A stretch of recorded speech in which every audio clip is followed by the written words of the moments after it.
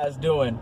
I'm doing one of my car ride around on my way to pick up another client, doing my Uber, and I start thinking about commitment in relationships as I'm listening to the message.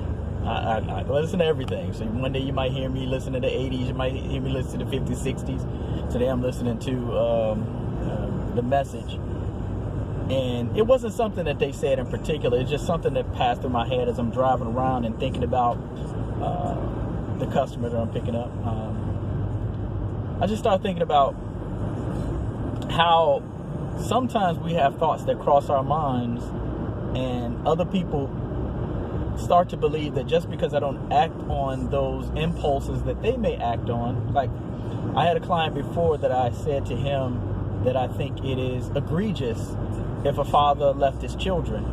And I do believe that that's an egregious act. Remember, relationships are important. That is a super important thing to know as a father. As you're growing with your children, you are committed to those children for life. They're committed to you for life. That's done. There is no leaving them. Just as much as I believe also in marriage that technically it said till death do you part, so I don't believe that you can leave. But what I was really thinking about when it comes to my son is that although we're as parents, we have these thoughts of we want to give up and we want to give in sometimes.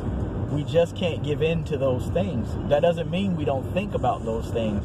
I would be a liar to ever say I have not had the thought of leaving or going away or doing something different. I have had that thought. But what keeps me committed is the choice. Remember, I talked about the choice that I made. And the choices are what keep me bound to my family, what keep me bound to my marriage, what keeps me bound to my son.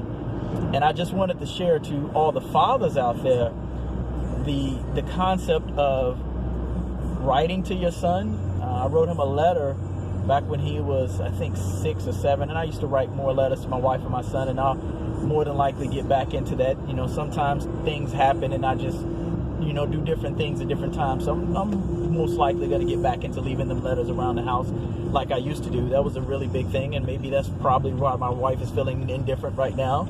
It could be at this time, because I'm not doing that right now. I'm not going to lie and say I am. I'm not. But I wrote him a letter, back to what my son, I wrote him a letter, and in the letter, I said to him the same thing that God says to us. I will never leave you nor forsake you. Meaning that I will never do anything to harm him. That is just not my goal in life, to damage my son or to damage my wife. I do apologize to them if I do. So one day he might see this video and he'll see, yeah, your father is committed to you. And because that's reality, your father is committed to you. So I just want you to know that fathers, tell your children, tell your wife, tell them that you're committed to them. I wrote him a letter because when he gets older, he'll have that reference point. And I have that reference point, because once it's written, it's done. Once it's written, you can't erase that. Once it's said, you can't bring it back. So yeah, I'm committed to him. I'm committed to my son. And the reality is I will not leave him or forsake him. I am a Christian, so I do get that essence from Jesus Christ. And he said it to me that he would never leave me nor forsake me. I am the example to my son of that very thing that I believe from God. I believe that he will never leave me nor forsake me. And therefore, I need to practice that with my wife and with my son. So if anything, I want you guys to understand that hope. In relationships, you definitely have to make that commitment, especially with your children. So fathers, again, make that commitment.